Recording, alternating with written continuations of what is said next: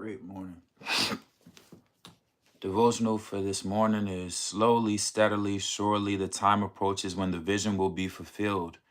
If it seems slow, do not despair, but these things will surely come to pass.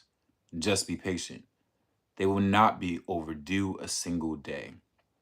Habakkuk chapter 2, verse 3, TLB. Never a day late. It's easy to get discouraged when you're waiting to meet the right person, to see your business grow, or for a coworker to start treating you better. Why don't you relax? Come back to a place of peace. God sees what you're going through. He knows what you need. He knows your dreams and your goals. He's the one who put them in you. What He has purposed for your life will come to pass, and it won't be overdue by a single day.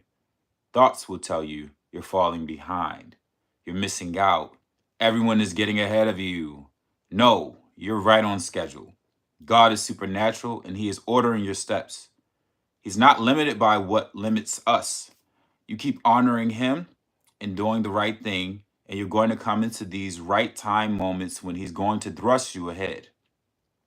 It was a long time waiting. When you see what God does, you'll say it was worth the wait. He's going to make things happen that you could never make happen. Allergies. Allergens. Chapter today is chapter 9, Mutuality. All about love, bell hooks. I decided to read it with my live chat so that we could share this and I could get some real-time reflection and also get some practice with communication. Absolutely. Amen. That was a heavy one. That was needed too. Is that patience. Learning patience in the process can be very cumbersome. It can be very taxing to learn patience. But through trial and error and faith, and just reflecting on our life experiences, it's better to have been patient than to have gotten the fruits too quick. My best way of saying it. Mutuality, the heart of love. True giving is a thoroughly joyous thing to do. We experience happiness when we form the intention to give, and the actual act of giving and in the recollection of the fact that we have given. Generosity is a celebration. When we give something to someone, we feel connected to them, and our commitment to the path of peace and awareness deepens. Sharon Salzberg. Love allows us to enter paradise. Still, many of us wait outside the gates, unable to cross the threshold, unable to leave behind all the stuff we have accumulated that gets in the way of love. If we have not been guided on love's path for most of our lives, we usually do not know how to begin loving, or what we should do and how we should act. Much of the despair young people feel about love comes from their belief that they are doing everything right or that they have done everything right and love is still not happening. Their efforts to love and be loved just produce stress, strife, and perpetual discontent. In my 20s and early 30s, I was confident I knew what love was all about. Yet, every time I fell in love, I found myself in pain. The two most intense partnerships of my life were both with men who are adult children of alcoholic fathers. Neither has memories of interacting positively with his father. Both were raised by divorced working mothers who never married again. They were similar in temperament to my dad, quiet, hardworking, and emotionally withholding. I can remember when I took the first man home. My sisters were shocked that he was, in their eyes, so much like dad. And you've always hated dad. At that time, I thought this was ridiculous. Both the notion I hated dad and the idea that my chosen life partner was in any way like him. No way. After 15 years with this partner, I realized not only how much he was like dad, I also came face to face with my desperate longing to get the love from him I had not gotten from my father. I wanted him to become both the loving dad and a loving partner, thereby offering me a space of healing. In my fantasy, if he would just love me, give me all the care I had not gotten as a child, it would mend my broken spirit and I would be able to trust and love again. He was unable to do this. He had never been schooled in the way of love. Groping in the shadows of love as much as I was, together we made serious mistakes. He wanted from me the unconditional love and service his mother had always given him without expecting anything in return.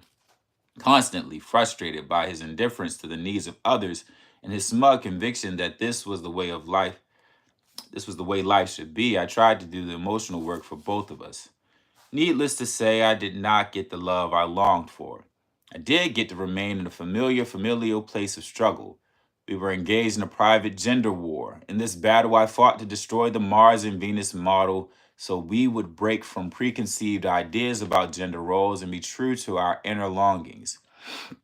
He remained wedded to a paradigm of sexual difference that had at its roots the assumption that men are inherently different from women with different emotional needs and longings. In his mind, my problem was my refusal to accept these natural roles. Like many liberal men in the age of feminism, he believed women should have equal access to jobs and be given equal pay. But when it came to matters of home and heart, he still believed caregiving was the female role. Like many men, he wanted a woman to be just like his mama so that he did not have to do the work of growing up. Hmm. He was the type of man described by psychologist Dan Kiley in his groundbreaking work, The Peter Pan Syndrome, Men Who Have Never Grown Up. Published in the early 80s, The Jacket noted that this book was about a serious social psychological phenomenon besetting American males, their refusal to become men. Though they have reached adult age, they are unable to face adult feelings with responsibilities. Out of touch with their true emotions, afraid to depend on even those closest to them, self centered and narcissistic, they hide behind masks of normalcy while feeling empty and lonely inside. This new generation of American men had experienced the feminist cultural revolution. Many of them had been raised in homes where fathers were not present. They were more than happy when feminist thinkers told them that they did not need to be macho men. But the only alternative to not turning into a conventional macho man was to not become a man at all, to remain a boy. By choosing to remain boys, they did not have to undergo the pain of severing the too tight bonds with mothers who had smothered them with unconditional care. They could just find women to care for them in the same way that their moms had. When women failed to be like mom, they acted out. Initially, as a young militant feminist, I was thrilled to find a man who was not into being the patriarch. And even the task of dragging him kicking and screaming into adulthood seemed worthwhile. In the end, I believed I would have an equal partner, love between peers. But the price I paid for wanting him to become an adult was that he traded in his boyish playfulness and became the macho man I had never wanted to be with. I was the target of his aggression, blamed for cajoling him into leaving boyhood behind, and blamed for his fears that he was not up to the task of being a man. By the time our relationship ended, I had blossomed into a fully self actualized feminist woman, but I had almost lost my faith in the transformative power of love. My heart was broken. I left the relationship fearful that our culture was not yet ready to affirm mutual love between free women and free men. In my second partnership with a much younger man, similar power struggles surfaced as he grappled with coming into full adulthood in a society where manhood is always equated with dominance. He was not dominating, but he had to confront a world that saw relationships solely in terms of power, of who was in charge. Whereas some people had often seen my older partner's silence as intimidating and threatening, a sign of his power, my younger partner's silence was usually interpreted as a consequence of my dominance. Initially, I was attracted to this younger partner because his masculinity represented an alternative to the patriarchal norm. Ultimately, however, he did not feel that masculinity affirmed in the larger world and began to rely more on conventional thinking about masculine and feminine roles, allowing sexist socialization to shape his actions. Observing his struggle, I saw how little support men received when they chose to be disloyal to patriarchy. Although these two liberal men were more than two generations apart, neither had given the question of love much thought. Despite their support of gender equality in the public sphere, privately, deep down, they still saw love as a woman's issue. To them, a relationship was about finding someone to take care of all their needs. In the Mars and Venus gendered universe, men want power and women want emotional attachment and connection. On this planet, nobody really has the opportunity to know love since it is power and not love that is the order of the day. The privilege of power is at the heart of patriarchal thinking. Girls and boys, women and men who have been taught to think this way almost always believe love is not important, or if it is never as important as being powerful, dominant, in control, on top, being right. Women who give seemingly selfless adoration and care to the men in their lives appear to be obsessed with love, but in actuality, their actions are often a covert way to hold power. Like their male counterparts, they enter relationships speaking the words of love, even as their actions indicate that maintaining power and control is their primary agenda. This does not mean that care and affection are not present, they are. This is precisely why it is so difficult for women and some men to leave relationships where the central dynamic is a struggle for power. The fact that this sadomasochistic power dynamic can and usually does coexist with affection, care, tenderness, and loyalty makes it easy for power driven individuals to deny their agendas, even to themselves. Their positive actions give hope that love will prevail. Sadly, love will not prevail in any situation where one party, either female or male, wants to maintain control. My relationships were bittersweet. All the ingredients for love were present, but my partners were not committed to making love the order of the day. When someone has not known love, it is difficult for him to trust that mutual satisfaction and growth can be the primary foundation in a coupling relationship. He may only understand and believe in the dynamics of power, of one up and one down, of a sadomasochistic struggle for domination, and ironically, he may feel safer when he is operating within these paradigms. Intimate with betrayal, he may have a phobic fear of trust. At least when you hold to the dynamics of power, you never have to fear the unknown. You know the rules of the power game. Whatever happens, the outcome can be predicted. The practice of love offers no place of safety. We risk loss, hurt, pain. We risk being acted upon by forces outside our control. When individuals are wounded in the space where they would know love during childhood, that wounding may be so traumatic that any attempt to inhabit that space feels utterly unsafe and at times seemingly life threatening. This is especially the case for males, females, no matter our childhood traumas, are given cultural support for cultivating an interest in love. While sexist logic underlies this support, it still means that females are much more likely to receive encouragement both to think about love and to value its meaning. Our overt longing for love can be expressed and affirmed. This does not, however, mean that women are more able to love than men. Females are encouraged by patriarchal thinking to believe we should be loving, but this does not mean we are any more emotionally equipped to do the work of love than our male counterparts. Afraid of love, many of us focus more on finding a partner. The widespread success of books like The Rules, Time Tested Secrets for Capturing the Heart of Mr. Right, which encourage women to deceive and manipulate to get a partner, express the cynicism of our times. These books validate the old fashioned sexist notions of sexual difference and encourage women to believe that no relationship between a man and a woman can be based on mutual respect, openness, and caring. The message they give women is that relationships are always and only about power, manipulation, and coercion, about getting someone else to do what you want them to, even if it is against their will. They teach females how to use feminine wiles to play the game of power, but they do not offer guidelines for how to love and be loved. Much popular self help literature normalizes sexism. Rather than linking habits of being usually considered innate to learn behavior that helps maintain and support male domination, they act as though these differences are not value laden or political, but are rather inherent and mystical. In these books, male inability and or refusal to honestly express feelings is often talked about as a positive masculine virtue. Women should learn to accept rather than a learned habit of behavior that creates emotional isolation and alienation. John Gray refers to this as men entering their cave and posits it as a given that a woman who disturbs her man when he wants isolation will be punished. Gray believes that it is a female behavior that needs to change. Self help books that are anti gender equality often present women's overinvestment in nurturance as a natural, inherent quality rather than a learned approach to caregiving. Much fancy footwork takes place to make it seem that New Age mystical evocations of yin and yang, masculine and feminine, androgyny, and so on are not just the same old sexist stereotypes wrapped in more alluring and seductive packaging. Mm.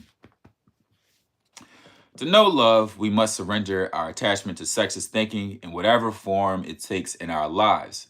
That attachment will always return us to gender conflict, a way of thinking about sex roles that diminishes females and males. To practice the art of loving, we have first to choose love, admit to ourselves that we want to know love and be loving, even if we do not know what that means. The deeply cynical who have lost all belief in love's power have to step blindly out on faith. In the path to love, Deepak Chopra urges us to remember that everything love is meant to do is possible. The aching need created by lack of love can only be filled by learning anew to love and be loved. We all must discover for ourselves that love is a force as real as gravity, and that being upheld in love every day, every hour, every minute is not a fantasy. It is intended as our natural state. Most males are not told that they need to be upheld by love every day. Sexist thinking usually prevents them from acknowledging their longing for love or their acceptance of a female as their guide on love's path. More often than not, females are taught in childhood, either by parental caregivers or the mass media, how to give the basic care that is part of the practice of love. We are shown how to be empathic, how to nurture, and most important, how to listen. Usually, we are not socializing these practices so that we can be loving or share knowledge of love with men, but rather so that we can be maternal in relation to children. Indeed, most adult females readily abandon their basic understanding of the ways one shows care and respect, important ingredients of love, to resocialize themselves so that they can unite with patriarchal partners, male or female, who know nothing about love or the basic rudiments of caregiving. A woman who would never submit to a child calling her abusive names and humiliating her allows such behavior from a man. The respect women demand and uphold in the maternal child bond is deemed not important in adult bondings if demanding respect from a man interferes with their desire to get and keep a partner. Few parental caregivers teach their children to lie. Yes, yet continual lying, either through overt deception or withholding, is often deemed acceptable and excusable adult male behavior. Hmm, that's interesting. Choosing to be honest is the first step in the process of love. There is no practitioner of love who deceives. Once the choice has been made to be honest, then the next step on love's path is communication. Writing about the importance of listening in the healing of America, Marianne Williamson calls attention to philosopher Paul Tillish's insistence that the first responsibility of love is to listen. We cannot learn to communicate deeply until we learn to listen to each other, but also to ourselves and to God. Devotional silence is a powerful tool for the healing of a heart or the healing of a nation. From there, we move up to the next rung on the ladder of healing, our capacity to so communicate our authentic truth as to heal and be healed by its power. Listening does not simply mean we hear others' voices when they speak, but that we also learn to listen to the voice of our own hearts as well as inner voices. Getting in touch with the lovelessness within and letting that lovelessness speak its pain is one way to begin again on love's journey. In relationships, whether heterosexual or homosexual, the partner who is hurting often finds that their mate is unwilling to hear the pain. Women often tell me that they feel emotionally beaten down when their partners refuse to listen or talk. When women communicate from a place of pain, it is often characterized as nagging. Sometimes women hear repeatedly that their partners are sick of listening to this shit. Both cases undermine self esteem. Those of us who were wounded in childhood often were shamed and humiliated when we express hurt.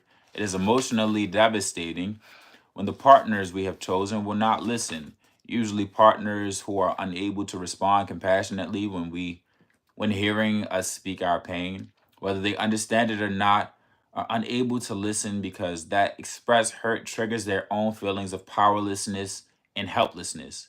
Many men never want to feel helpless or vulnerable. They will at times choose to silence a partner with violence rather than witness emotional vulnerability. When a couple can identify this dynamic, they can work on the issue of caring, listening to each other's pain by engaging in short conversations at appropriate times. It's useless to try and speak your pain to someone who is bone weary, irritable, preoccupied, etc. Setting a time when both individuals come together to engage in compassionate listening enhances communication and connection.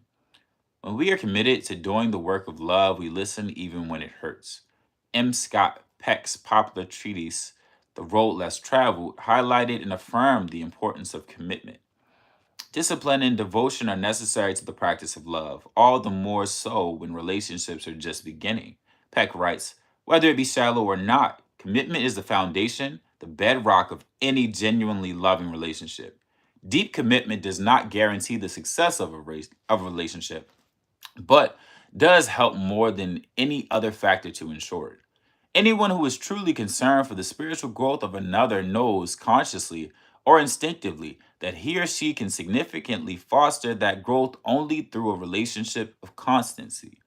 Living in a culture where we are encouraged to seek a quick release from any pain or discomfort has fostered a nation of individuals who are easily devastated by emotional pain, however relative. When we face pain in relationships, our first response is often to sever bonds rather than to maintain commitment. Excuse me. That was having. When conflict arises within us or between us and other individuals, when we walk on love's path, it is disheartening, especially when we cannot easily right our difficulties. In the case of romantic relationships, many people fear getting trapped in a bond that is not working, so they flee at the onset of conflict. Or they self indulgently create unnecessary conflict as a way to avoid commitment. Been there. They flee from love before they feel its grace. Pain may be the threshold they must cross to partake of love's bliss. Running from the pain, they never know the fullness of love's pleasure. False notions of love teach us that it is the place where we feel no pain, where we feel and we can be in a state of constant bliss. You have to expose the falseness of these beliefs to see and accept the reality that suffering and pain do not end when we begin to love. In some cases, when we are making the slow journey back from lovelessness to love, our suffering may become more intense. As the lyrics of old time spirituals testify, weeping may endure for a night, but joy will come in the morning. Acceptance of pain is part of a loving practice. It enables us to distinguish constructive suffering from self indulgent hurt. When love's promise has never been fulfilled in our lives, it is perhaps the most difficult practice of love to trust that the passage through the painful abyss leads to paradise. Guy Cornu suggests in Lessons of Love that many men are so fearful of feeling the emotional pain that has been locked away inside them for so long that they willingly choose a life of lovelessness. A good number of men simply decide not to commit themselves because they cannot face dealing with the emotional pain of love and the conflict it engenders. Women are often belittled for trying to resurrect these men and bring them back to life and to love. They are, in fact, the real sleeping beauties. We might be living in a world that would be even more alienated and violent if caring women did not do the work of teaching men who have lost touch with themselves how to live again. This labor of love is futile only when the men in question refuse to awaken, refuse growth. At this point, it is a gesture of self love for women to break their commitment and move on. I got a lot of thoughts. I want to finish the chapter first. Women have been women have endeavored to guide men to love because patriarchal thinking has sanctioned this work even as it has undermined it by teaching men to refuse guidance. It sets up a gendered arrangement in which men are more likely to get their emotional needs met while women will be deprived. Getting your emotional needs met helps create greater psychological well being. As a consequence, men are given an advantage that nearly coincides with the patriarchal insistence that they are superior and therefore better suited to rule others. Where women's emotional needs met were mutuality, the norm, male domination might lose its allure. Sadly, the men's movement that emerged in response to the feminist critique of sexist masculinity often encouraged men to get in touch with their feeling, but to share them only in a safe context, usually only with other men. Robert Bly, a major leader of this movement, had little to say about men in love. Men in the movement did not urge one another to look to enlightened women for guidance in the way of love.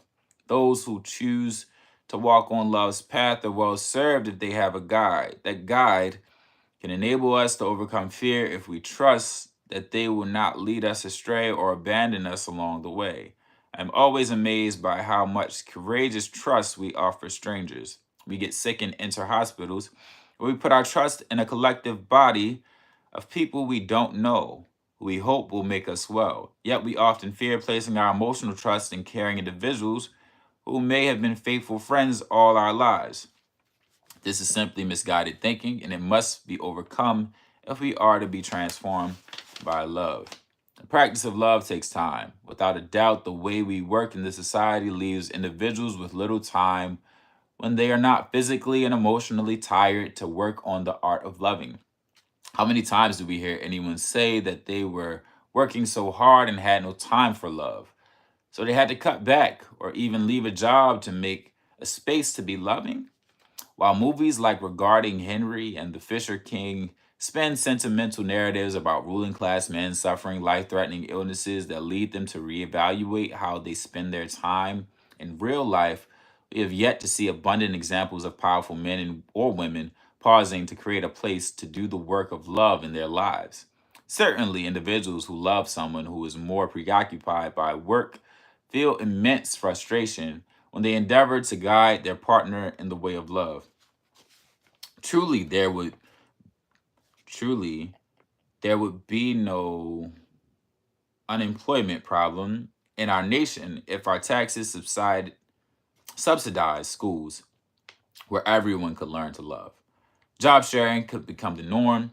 With love at the center of our lives, work could have a different meaning and focus.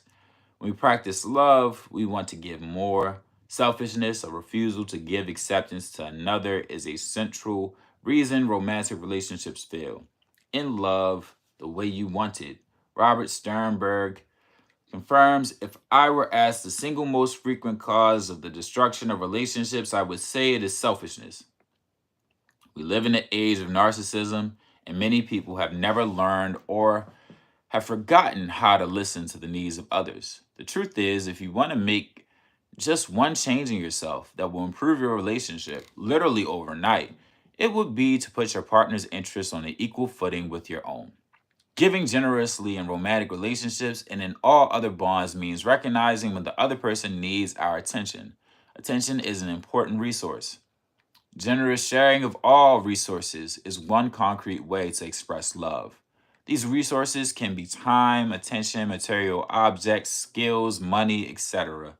Once we embark on love's path, we see how easy it is to give. A useful gift all love's practitioners can give is the offering of forgiveness.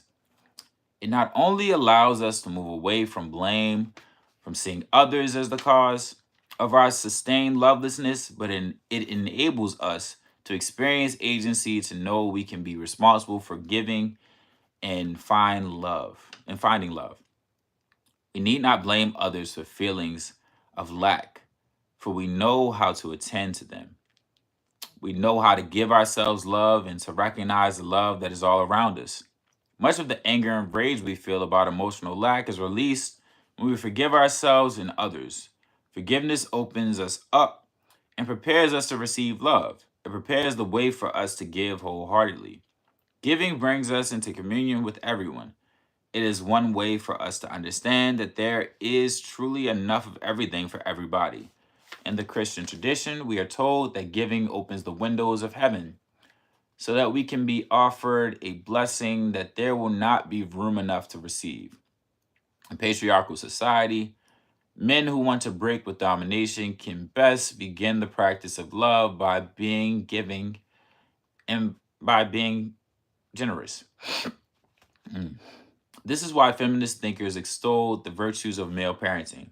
Working as caregivers to young children, many men are able to experience for the first time the joy that comes from service.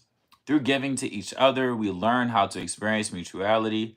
To heal the gender war rooted in struggles for power, women and men choose to make mutuality the basis of their bond, ensuring that each person's growth matters and is nurtured. It enhances our power to know joy and a heart as wide as the world. Sharon Salzberg reminds us the practice of generosity frees us from the sense of isolation that arises from clinging and attachment. Cultivating a generous heart, which is, as Salzberg writes, the primary quality of an awakened mind, strengthens romantic bonds. Giving is the way we also learn how to receive. A mutual practice of giving and receiving is an everyday ritual when we know true love. A generous heart is always open, always ready to receive our giving, receive our going and coming. In the midst of such love, we need never fear abandonment. This is the most precious gift true love offers, the experience of knowing we always belong. Giving is healing to the spirit. We are admonished by spiritual tradition to give gifts to those who would know love. Love is an action, a participatory emotion. Whether we are engaged in a process of self love or of loving others, we must move beyond the realm of feeling to actualize love. This is why it is useful to see love as a practice. When we act, we need not feel inadequate or powerless. We can trust that there are concrete steps to take on love's path. We learn to communicate, to be still and listen to the needs of our hearts. And we learn to listen to others. We learn compassion by being willing to hear the pain as well as the joy of those we love. The path to love is not arduous or hidden, but we must choose to take the first step. If we do not know the way, there is always a loving spirit with an enlightened, open mind able to show us how to take the path that leads us to the heart of love, the path that lets us return to love. All right, that was chapter 9. My thoughts, my confusions in it. I don't think there's, given that the author is Bell Hooks, she's a woman who is a feminist for a majority of her time. And I actually can't speak to how long she's a feminist, but she does identify with feminist principles. Um, I just think about, like, there's not enough thought in how men embody love. Um, and I think it's even interesting that she mentions the point where she chooses men who are broken in this almost effort to heal them or get to love through the process, like loving them so much that they'll in turn give her a love they've never known. It's like this thing of accountability we all come back to, because I've been in similar situations, right? It's this what we must do that gets spoken more than what I must do. I can't tell you all what you have to do, what you should do, right? We can come to some conclusions, we can come to some ideas, but ultimately, this is a journey of the self. The traumas experienced by me are not always the traumas experienced by others. And the traumas I've inflicted may not actually come back into my space. That's why it's so complicated. Like, I may not have to deal with the things that I have given others. I know people that I know of people that are in the grave right now that um didn't visibly deal with the traumas they inflicted, like didn't deal with the repercussions visibly um to the people that are hurt by them, the people that are struggling to forgive them. So it is interesting. It's really interesting. Um and my take on love, I look at love as service. I look at love as loving yourself, accepting yourself. I don't think that's spoken on enough. Self acceptance is a convoluted process when a lot of people's understanding of self acceptance starts at how society approves of you. Like, if you're not, like, when I'm headed to college, this is a right tangent. When I'm headed to college, it's like, if you don't go to this college, why are you even talking about college? I'm telling people I'm going to community college, and as much as they're telling me is okay, they're shaming me about it. Um, then I'm in the guidance counselor's office, and he's telling me, like, you're smart enough to go and get a degree. I mean, you're smart enough to go and get a scholarship. Why would you limit yourself with just community college? This is a guidance counselor telling me this. So if you're telling me this because you think I'm well enough, how are you truly talking to the individual you think isn't enough? The one that you're like, oh, community college is a perfect bet for you. That's wild to me. This is like how the process goes. But again, I don't think it's looked at enough in the ways men love. Like, my mother is there in a nurturing way, in a way that I'm forever grateful for. My father is not able to be there. He's at war. My father is fighting in Iraq for much of my childhood. Iraq, Afghanistan, in the Middle East. He's deployed. He's doing things in spaces that I have no reference for until he comes home to tell me. I'm getting like random marble chessboards that are made in a village in a foreign Middle Eastern country. And I'm like, wow. But he's not present. But I know he's there because he loves us. Like, I know that there's some type of value to this duty that he's assigned to do. He loves us through duty and like through this obligation. And then the other part is like, when he shows up, he's present. He shows up and we stay with him when we had an opportunity to. And instead of ordering Domino's, sometimes we make pizza in the crib, which is my, like, me and my siblings making like homemade pizza with my pops.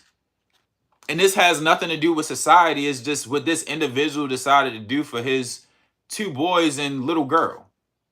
So it's like, again, it is all subjective. I think it is all based in like individual experience. But when we get into this, what we as the society are problematic with and don't sit with how much the I isn't actually showing up, how much the I is also seeking for power when we identify with these labeled groups. I'm a feminist. I'm a I'm a man. I'm a alpha male. I'm a black lip. Like, I don't believe that um my freedom has to come at somebody else's demise. I see it as the reality, but even as I see it, I see that that is a lie.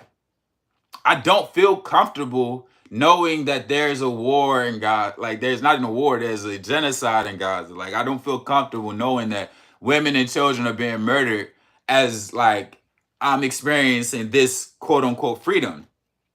I don't feel comfortable when I know that there's young black men in jail cells right now, waking up in my city because of ignorance, because of poor role models, because of a lot of things that were out of their control. The things that were in their control, like, I understand like the accountability that they have to receive for it, but it's like, there's so much nuance to these situations. And I think this chapter of Mutuality, all about love, has made that vivid for me. Like, it's one more reflection of how easy it is to see what somebody else isn't doing. And even as I'm reading this chapter, I'm looking at it from that lens. Like, what isn't she saying? I'm looking at it with a critical lens, and then I'm looking at it also with like, she's very correct. And it was some things that I read, like, that's me for sure. What was it? the part on selfishness, like learn selfishness. We learned at some point that if you don't take care of yourself, no one will. But then that's proven to be untrue when you show up in genuine community spaces. What did it say? In love the way you want it, Robert Sternberg confirms, if I were asked the single most frequent cause of the destruction of relationships, I would say it is selfishness. We live in an age of narcissism, and many people have never learned or have forgotten how to listen to the needs of others. The truth is, if you want to make just one change in yourself that will improve your relationship literally overnight, it would be to put your partner's interests on an equal footing with your own. Giving generously in romantic relationships and in all other bonds means recognizing when the other person needs our attention. Attention is an important resource. That's heavy because in the climate we live in, this was written in 2000, but this was published in 2000. I believe it was published in, and I'm not even sure if that's the original publication date. Okay, hardcover was published in 2000, copyright 2001. So just thinking about that, like in the present climate we live in, we still deal with like narcissism, and now people are weaponizing the terms and actually being the ones who are the narcissists.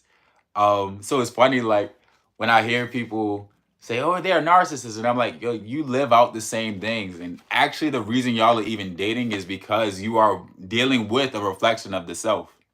Oh, Philippians 2:3. I'm about to get into it. Like I got the book on me too. I keep that there on me. I mean, I still laugh though because it's like even as I'm reading, and there are mentions of different biblical texts. It's so easy to quote the Bible, but it's hard to live it. It's so easy to quote good words, say good words, give good advice, but living it is a whole nother bag. We all deal with it for sure, to a degree. It's actually a healthy form of narcissism. Like there's a healthy way to be self-centered. Like, but the problem comes in when that is you become the only one who matters. Like there is a need for you to only matter for a moment in your life, or just different things. Like to get to self-acceptance and self-love, you have to have some narcissistic tendencies. You also have to have boundaries to protect yourself.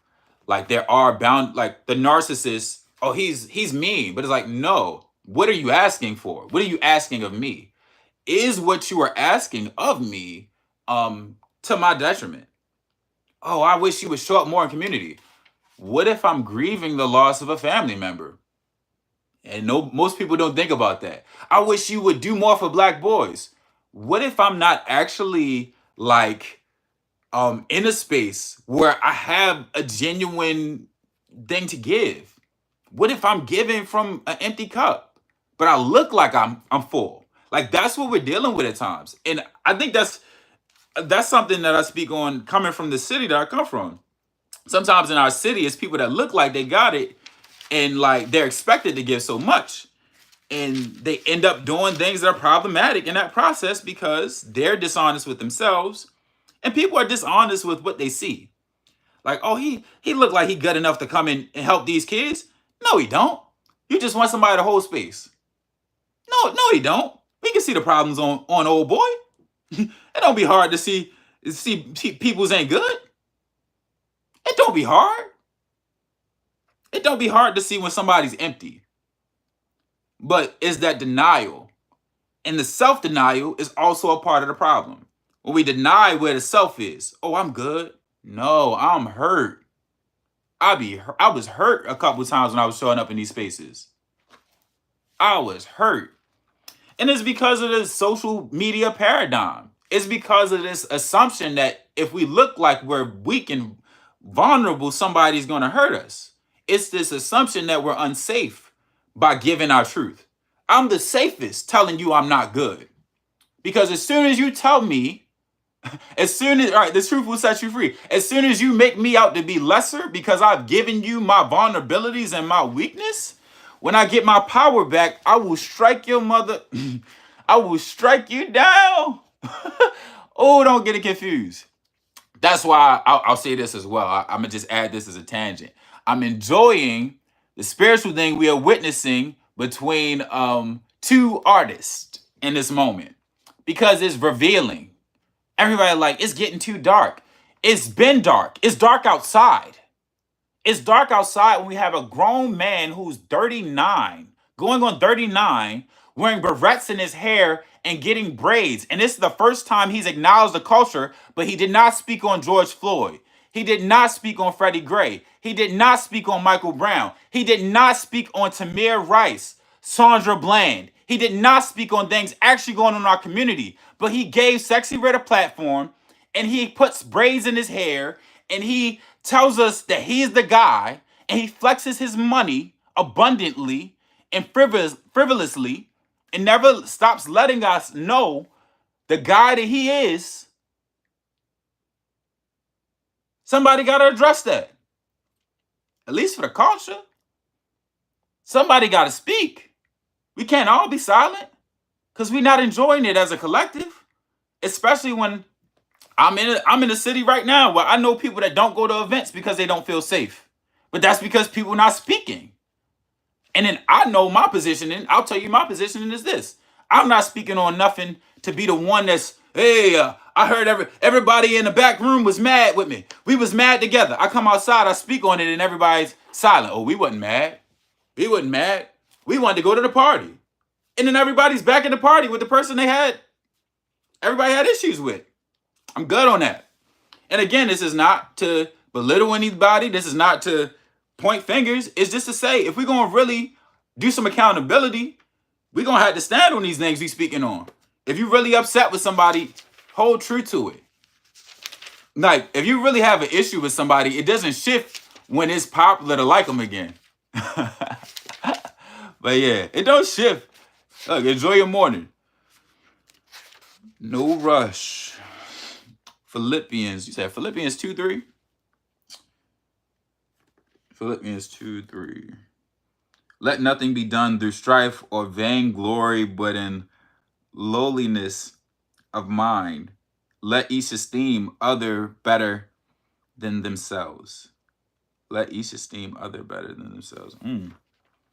Let nothing be done through strife or vainglory, but in lowliness of mind, let each esteem other better than themselves. I like that. I like that one though. I think that's back to the my quote is built in private, blessed in public. Part of that is if I tell everybody every good work I do, I already got my reward. My biggest blessings are the things that I don't have to speak on. When I'm like, oh, I did something that I don't got to tell nobody, and it's just between me and the good people that know. Like I share these moments from time to time, but like I'm glad that y'all don't know everything. You're not supposed to. And the people that are close enough to me, like family and like people that have been there, we share those intimacies. That's also part of love. It's not about secrecy. It's not about secrecy, but it's just about the conscious reality that even in Bell Hooks book, it's like some people are committed to lovelessness and they're committed to lies. Lies hurt. Like truth hurts liars. Truth undoes it it makes the club uncomfortable. Truth. Like there's a couple of Drake songs that's not gonna hit like they used to. Now that it's truth out. Truth makes life, it clears up things. If people got used to the dirty window when it's time to wipe the dirty window, it's like, yo, I don't want to look through that. That look dumb. If they're committed to the dirty window. So I don't think we acknowledge enough that some people enjoy the dirt. And I had to acknowledge that in myself. I came up and like porn was everywhere. Corn was everywhere. Lewd videos. Like you can watch a Nelly video and like see all types of that's how they giving it up in St. Louis. Like Boondocks, Adult Swim, these different things that I'm watching, and it's like it's definitely food, it's medicine in some of the fast food, but at the same time, it's like it's a lot of different imagery that is just going through this little this little kid's head. And you got to make meaning of that. I was blessed to be able to talk to my parents about it. Like my mother's very talk to you instead of at you. So we would have some real deep conversations around our family table. And recognizing there's always multiple sides to a story. And as comfortable as I may be at times in one side, I have to acknowledge that the other one is just as present. Right? As comfortable as I may be in somebody's innocence, I have to acknowledge that whatever is being levied against somebody has some validity somewhere, and that there is going to be some pain in somebody's process. Um, I always come back to this one. I got to give y'all this one at least once every 3 lives. Though I speak with the tongues of men and of angels and have not charity, I am become as sounding brass or a tinkling cymbal. And though I have the gift of prophecy and understand all mysteries and all knowledge, and though I have all faith so that I could remove mountains and have not charity, I am nothing. And though I bestow all my goods to feed the poor, and though I give my body to be burned and have not charity, it profiteth me nothing. Charity suffereth long and is kind. Charity envieth not. Charity vaunteth not itself. It is not puffed up. Doth not behave itself unseemly, seeketh not her own, is not easily provoked, thinketh no evil, rejoiceth not in iniquity, but rejoiceth in the truth. Beareth all things, believeth all things, hopeth all things, endureth all things. Charity never faileth. But whether there be prophecies, they shall fail. Whether there be tongues, they shall cease. Whether there be knowledge, it shall vanish away. But we know in part, and we prophesy in part. But when that which is perfect is come, then that which is in part shall be done away. When I was a child, I spake as a child.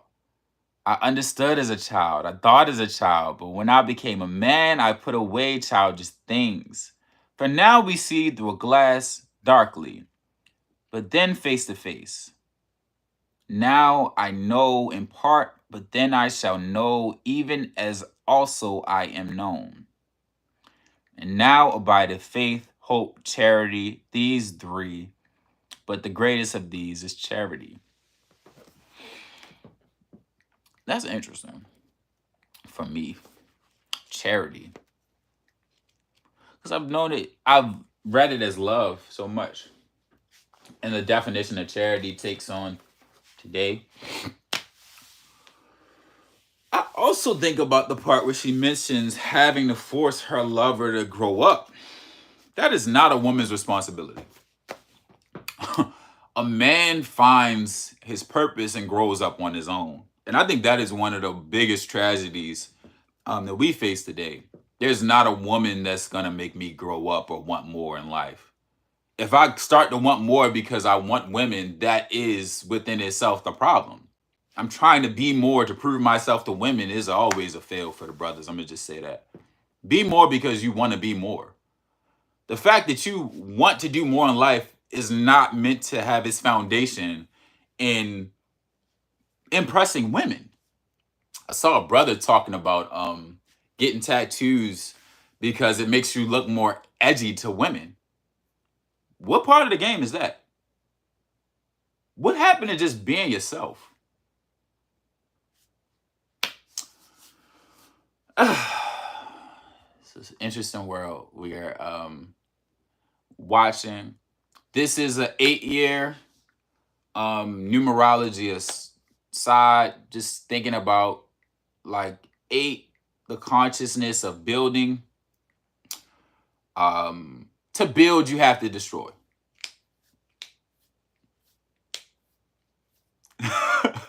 Right?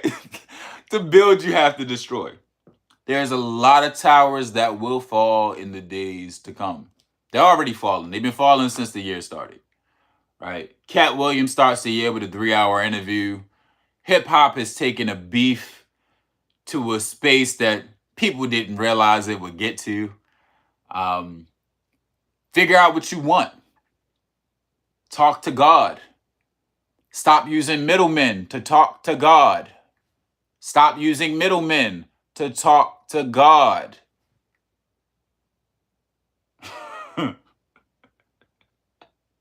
It's going to be a beautiful year. If you've been a beautiful individual, if you've been a truthful individual, if you have gotten comforted by your lies, understand that they are being undone and unraveled.